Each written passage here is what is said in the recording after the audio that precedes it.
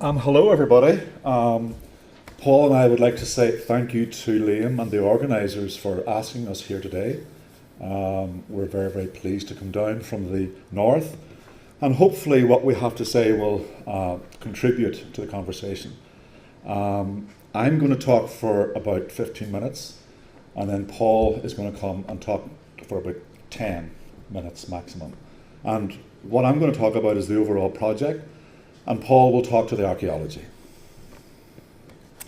About me, briefly, I have no heritage background. I'm not an archaeologist, I'm not an architect, or as they say in our part of the world, an architect. So I don't have a background whatsoever in heritage. So hopefully that won't hold you up to me in any way. But I do now. I have a wee bit of knowledge now. Battles, Brixton Bridges. For those of you who don't know where we are, the bottom right-hand side of Ireland is where you are now, and where we are is in the top northwest part of Ireland. And Arnie is a small hamlet outside of the town of Enniskillen. So when we began the project, what did we begin with? Well, it's a typical rural area of Northern Ireland, and it would be the same in the Republic of Ireland as well. It's a crossroads, a pub, a chapel, a hall, and a GAA pitch, which is a football pitch. But we had something else as well. We really did have something wonderful in the area. We had an ethnographer, an anthropologist, who was much loved in the area. We had a battle site, which was disputed and caused great conversation in the pubs and in the houses of the area. We had a brick making tradition. The bricks in Arnie made in Enniskillen. They were bad bricks, they weren't good bricks, but Arnie brick made in Enniskillen. And we had a bridge. It was neglected. The drunks leaving the pub hit the bridge regularly with their cars and tractors, and the bridge was badly battered. And we had an old village in ruins, because old Arnie Village is not where Arnie is today. Arnie today is half a mile from where the village was. So people used to argue about where the village of Arnie is and where it was. So this project looked at that as well. How many of you have heard of this man? A few. Most people have. Weren't we lucky? He came to live in Arnie for 7 years. And he wrote about Arnie, and he wrote about it with love. He's an author, ethnographer, anthropologist, musicologist, ethnomusicologist. And these are the books that some of you may have read, but the most famous one is Passing the Time in Ballymonone. And Ballymonone is a cluster of townlands where the River Arnie enters Upper Lough Erne. Even local people don't call it Ballymonone, but it's a wonderful title, it's a wonderful book. And what he did was he lived in Arnie for 7 years, off and on, and he recorded the folk memory. He recorded the history. And that was the basis of this project. We were testing that in many, many ways. What would you not do with a battle called the Battle of the Ford of the Biscuits? It's like a Hollywood epic. It's a fantastic name. For those of you who may not know, the Battle of the Ford of the Biscuits was fought in 1594, and it was fought between the English coming from Dublin, from the Peel, to relieve Enniskillen Castle, because Maguire had taken it back because he'd lost it to the English garrison, and he wanted it back. So he was besieging his own house, and the English came up to relieve him in Enniskillen Castle. And rather than wait to be caught in a pincer, he decided with his colleagues to decamp to Arnie and ambush the English coming up. And it's called the Ford of the Biscuits because in the battle, the English had barrels full of hard-tack biscuits, and they broke open and scattered right down the river. And it's called the Battle of the Ford of the Biscuits. And there were arguments in the pub about where it was. But we kind of knew where it was. We were kind of strong on this one. And then there was a brick-making tradition, as I've said.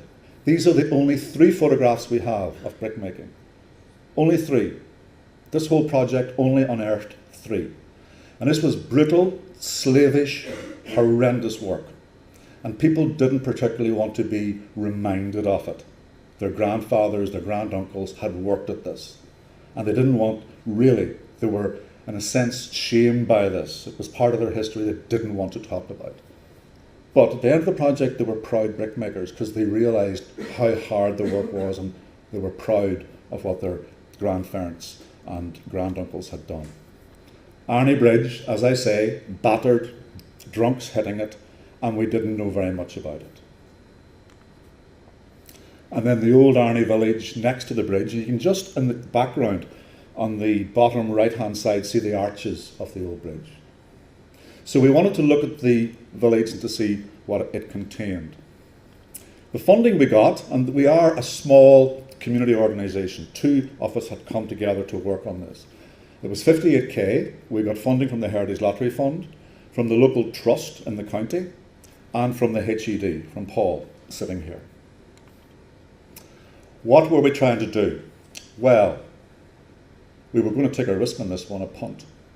We wanted to use community-led archaeology to locate the battle site, excavate the village and the school, remake Arnie Bridge after 75 years, list and repair the bridge, involve the local community and the schools, produce a documentary film, and this was the biggest cost item. We produced a professional documentary film, which I urge you all to see.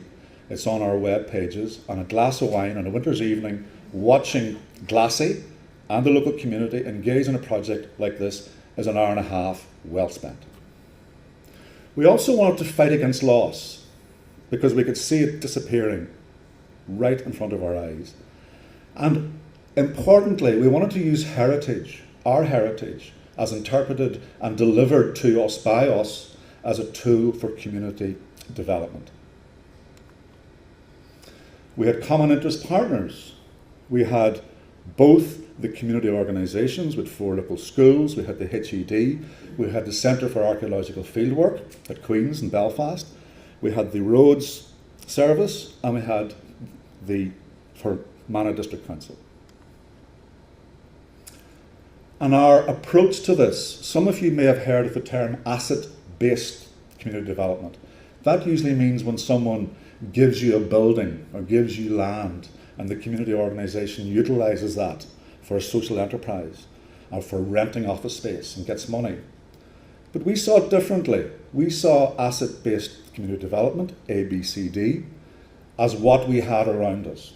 The humble heritage of our locality. It wasn't great big houses, grand houses, period houses, castles. It was humble heritage. Glassy. A battle site. Clay in the ground for the bricks. An old bridge. But the best asset was the great community. We lit the blue touch paper and boom. And this is all about the boom. Our approach. Again, community-led archaeology. We were going to use the folk memory and we were going to test the folk recordings of Glassy. We were going to excavate the school. We also saw it as people's history. And we actually had to bring over an English itinerant brickmaker, the last of his kind in the UK, to assist us with the brickmaking because we were very nervous about this. We didn't know if we would succeed with our brickmaking exercise. We wanted the bridge listed because it had been turned down and we were fighting against that. We wanted this bridge listed and we wanted it looked after properly. But we really had a year when we plugged this for all it was worth. We had bottleneck weekends deliberately so we could do the community archaeology, we could present the finds, we could do the brickmaking, and we had a year of full-on programs, activities. Was it risky? Sure was. Would we find the battle site? We don't know. Would we find the expertise to show us the bricks in the Arnie way, which was fired by turf and not wood or coal? Would we get the bridge repaired? And would we get the wider community buying in? Because where we live, the population may be 300 or 400 people. It's not a lot. We began in October 2013, and for the first 3 or 4 months, we had our launch, storytelling, which was talked about at great length with the professor last night. We had reminiscing, talked about again. And then we had talks. The bottom right-hand side one is where Paul came down to talk about men in tights. And the audiences we got were staggering. At our key main points during that year to present our findings back to the community, we had 300 people regularly coming to the hall. For every event we did, the participation was overwhelming. We had 120 local school kids, we had old people coming down, we had youngsters coming down, and then on an open day when we were showing the finds of our national school dig and our dig on the village, the musket balls began to be found in a place where we didn't expect them to be found. The pub emptied out, and the bare arses of the men leaning over, finding the musket balls, is an image that will stay with me forever. But more importantly about this was, and Paul can talk to this, and Paul and I had become pals over this, but the archaeologists said that the battle site was 1.5 miles away from where we said it was. And Paul and his teams kept gravitating towards this and going with their metal detectors and finding nothing. Until on this day, when we had the open day, we insisted that they go to where we said the battle site is. And 10 minutes later, him and his team began to find the musket balls. And the buzz that went around the whole place. And the pub, as I say, emptied. And the whole community rushed up. And the Craic was fantastic. And we still talk about it. And what do you think happened? Glassy comes back. He hadn't been there for 20 years. The hall was packed. The mummers came down. The celebration, the commemoration, he met old friends again. And these were people and the sons and daughters of those that he recorded way back in the early days in the 1970s. And we were making bricks the whole time that all this was going on. We were laying them out in the field to dry. We had the heritage and the records. We were making sure we were being true to that process insofar as we could. And then it came time to make the kiln, and we didn't know how to do that. The bottom left-hand side one is a cruciform and a cross, and we built it up until we had 2,500 handmade bricks made by local kids, made by housewives, made by farmers, made by everybody in the community. We then stamped them with our own imprint, and we put them all inside the kiln, and we fired it over a weekend when we had music and barbecue and crack and dancing around the kiln. Traditionally, they would have fired chickens into the kiln, but we weren't going to do that in 2014. It would have been wrong to have done that. But we got it up to temperature, we used the turf, not the wood, and we had a successful firing of Arnie brick for the first time in 75 years. And the tradition will not be forgotten because we recorded it, we filmed it, we now know how to make brick again in Arnie. So, what were the outputs? Well, from the archaeology, and Paul will talk about this more, we had hundreds of participants trained and are now aware of their archaeology in the area. The battle is only the second Elizabethan, or the second discovery in Ireland of an Elizabethan battle site. The history books are rewritten, the weaponry, the tactics, the importance of the battle is now elevated, and again, that's Paul's expertise. We had the archaeology of our village, of the brickmakers' village, and we had the first, would you believe, archaeological dig of a national school in Ireland. And we had the local curation of our archaeological heritage. And again, more pics of the kids getting involved, of the Centre for Archaeological Fieldwork. That's on the old national school on the left. On the right is the village, and then these are just other pics that we put in. The outputs in the brick making, well, as I say, we managed to make our bricks. The knowledge is now widely known. And more importantly, those grandchildren of the men, and it was men, who made this appreciate it. And people now don't talk about Old Arnie brick being rubbish. They appreciate the work and the love that went into it and how hard it was to make this. And I personally have on my CV brickmaker. And if you ever want anybody to come down to help you, if you should have an area where bricks are made, knowledge transfer is part of our deal. We'll come down and help you out. And again, the top left-hand side one, you can see the height of it. That's Tony Muggeridge with his hand up. Can you see that? This is the bricks being laid out in the field, and the beautiful thing there on the bottom left-hand side one is those terracotta, honey-coloured bricks that ding, ding, ding when you clash them together, because they're good brick, and we made them. And there's the kiln at the end before we collapsed it. And we're all brickmakers now, and proud brickmakers as well. And the day that we collapsed that kiln, we had to fire it for 3 days. We had to let it cool for 3 days. And on the third night, people began to move down to the brick field. Nobody coordinated it, nobody organised it, but they said, this is going to come out tonight, we're going to take it apart. And within an hour, all the hands were in pulling it apart. And we had stacked up our brick, and everybody that came that night, uncalled, nobody put out a clarion call, people were really, really keen to see, did we succeed or not? Because that was one of the big risks I pointed out earlier. Would we succeed? And what about the bridge? Well, come here, the bridge. It turns out that the bridge is one of the oldest plantation bridges in Ulster. The battered old bridge. Drunks don't hit it anymore, because local people would be really pissed off if they did. The bridge now, we're delighted, has been repaired, and we managed to find out that the poem on Arnie Bridge, written by the Fermanagh artist T.P. Flanagan, is now inscribed on a bench next to the bridge, so you can sit and look at the bridge and read the poem. And what of the village that's half a mile away from the current village? 18 cottages, brickmakers lived there. The old National Schoolhouse had 2 rooms in it, and there were 102 kids in there in the early 1800s.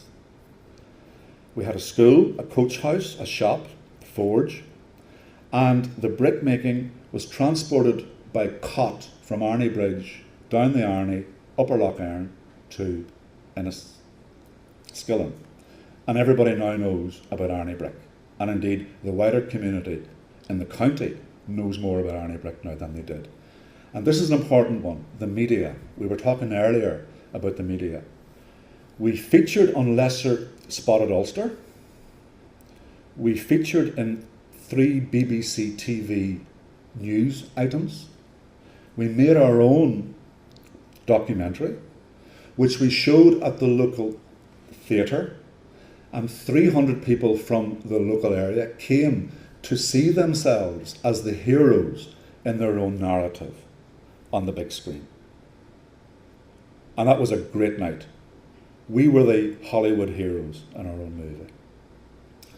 We also produced, and you'll see it on our web pages, curriculum-based materials at key stage levels 2 and 3, so that teachers can use this around the brickmaking and the bridge and the battle. And then we also featured on BBC 1 Northern Ireland and BBC 4 Digging Ireland and Digging Britain. So we were very, very pleased to have had a national platform. But there's more. You do the usual interpretation panels, which you'll see on the left-hand side, but on the right-hand side, where the Battle of the Ford of the Biscuits was, what did we find? A Gundlingen 2,700-year-old late Bronze Age sword.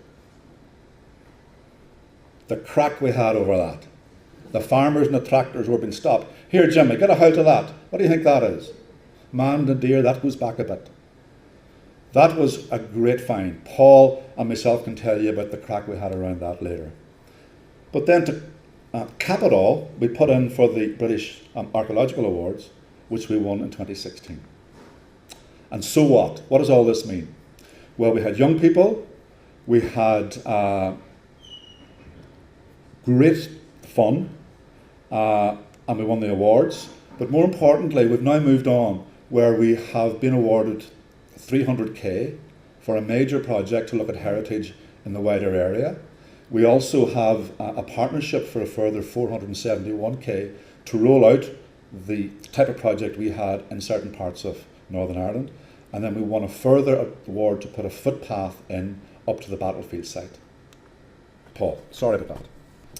Well, as Barney was saying, I was the archaeological advisor on this. I think what I'll do is use it this way. As the project started, myself and a colleague had just published a paper saying that the battlefield was 1.5 miles from here. So I was quite keen to be right and for Barney and the community to be wrong. That's just the honest truth of it.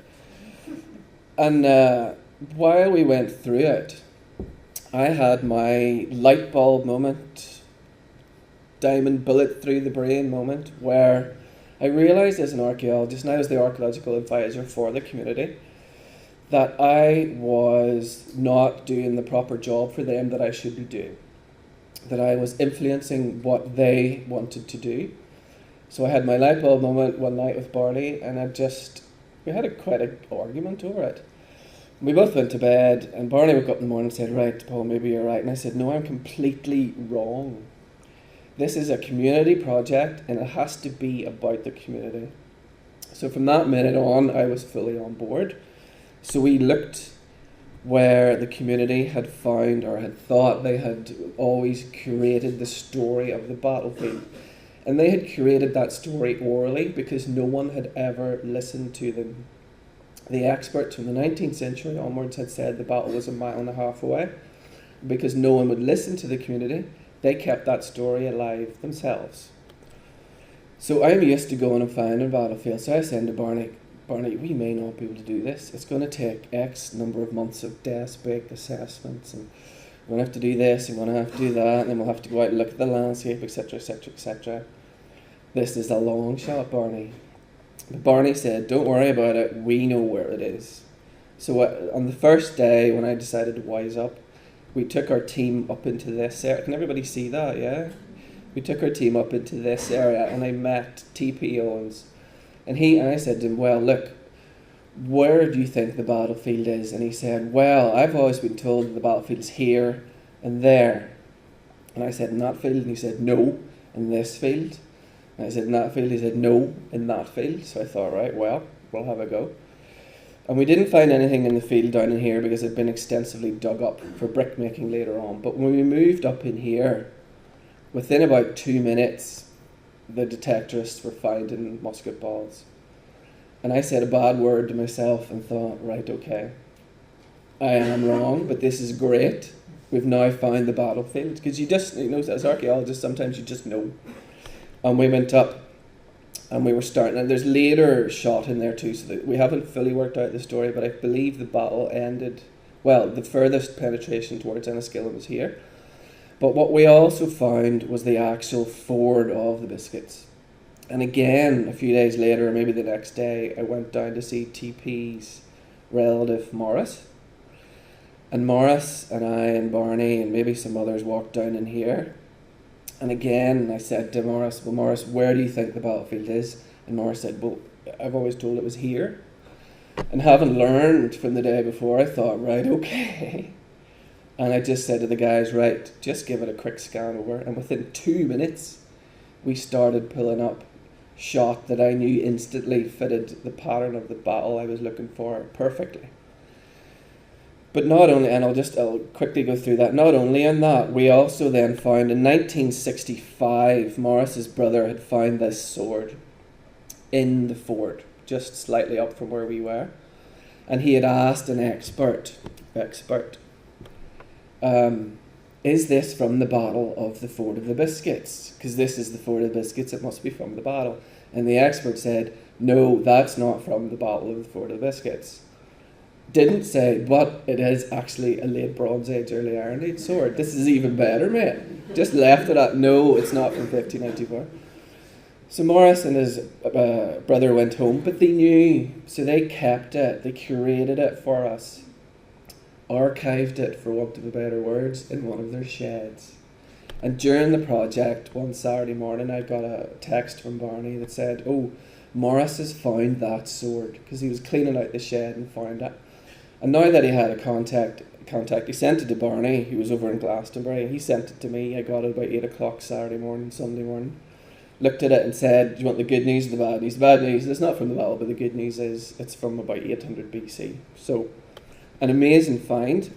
And we also found that this then, with further research, this used to be the boundary between Connaught and Ulster. And this ford was always known as the ford of the robbers or the ford of the foreigners. And it's where a Kiln type figure or a Finn McCool type figure would have sat at this ford guarding the bounds of Ulster. Because this is where the baddies from Connaught came into Ulster to steal our cattle. We didn't let them away with it, but they did try. Hence the ford of the robbers. And we think, given the Bronze Age sword, it goes all the way back to the Bronze Age. And we got these results as archaeologists, as the community, because I started listening. That's all I had to do. It wasn't a big secret. It has forged real bonds of respect, genuine respect and friendship. 2 minutes.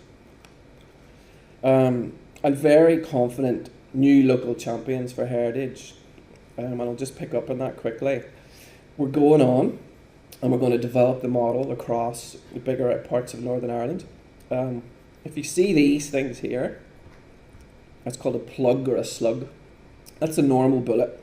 What happens is that cavalry and guys in armour, if you have a wee pistol, it's usually what you carry. When you fire at it, it just bounces off the armour. So what you do is you take a bigger bullet and you hammer it and roll it into a cylinder.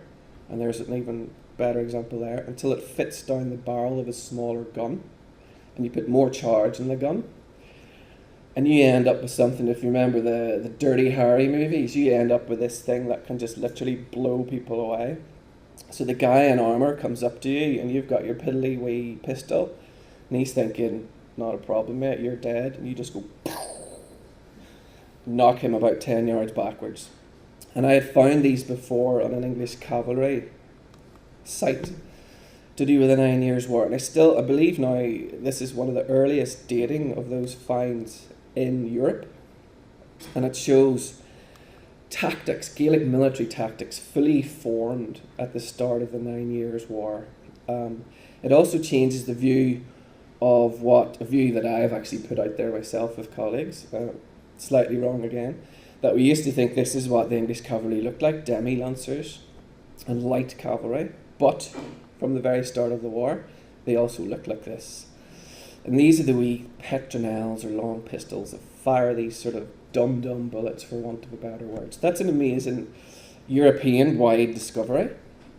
But also, how I really enjoyed this project, that's wee Orla Gilheeney. One more minute, please, sorry. I have to do this. Sometimes I get emotional doing this one, so if I start crying, you'll have to forgive me, because Orla was there every day. And some days there literally was that Irish sideways heel smashing you in the face, and she was there every day, and that's her daddy Paddy from start to finish. That's her there 11 at the start of the project, and that's her then there. You can see her slightly older, she's turning into a young lady at 13, then at big school, stopped playing with dollies, but she was up with the guys on the stage getting that winner's medal and winner's certificate. So forevermore, heritage for her is a thing of confidence. And I just love that story.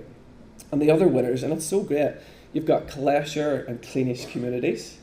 Who were the other winners? Oxford and Cambridge universities, National Geographic, the Royal Commission for Ancient Monuments, and Professor Sir Barry Cunliffe, the advisor to the UK government on archaeology. And then you've got the guys on the stage. They are the same, they are winners, and they are confident. And this is what, when Henry came back, I'm calling him Henry, I probably shouldn't deserve to call him Henry, but anyway, he said of the project, when people become interested in being carried back in their lives, what they find becomes more than memory, because the memory becomes heritage, and once it becomes heritage, it becomes precious. And I think those are beautiful words that encapsulates what we were all about. And that's it from us. Thank you.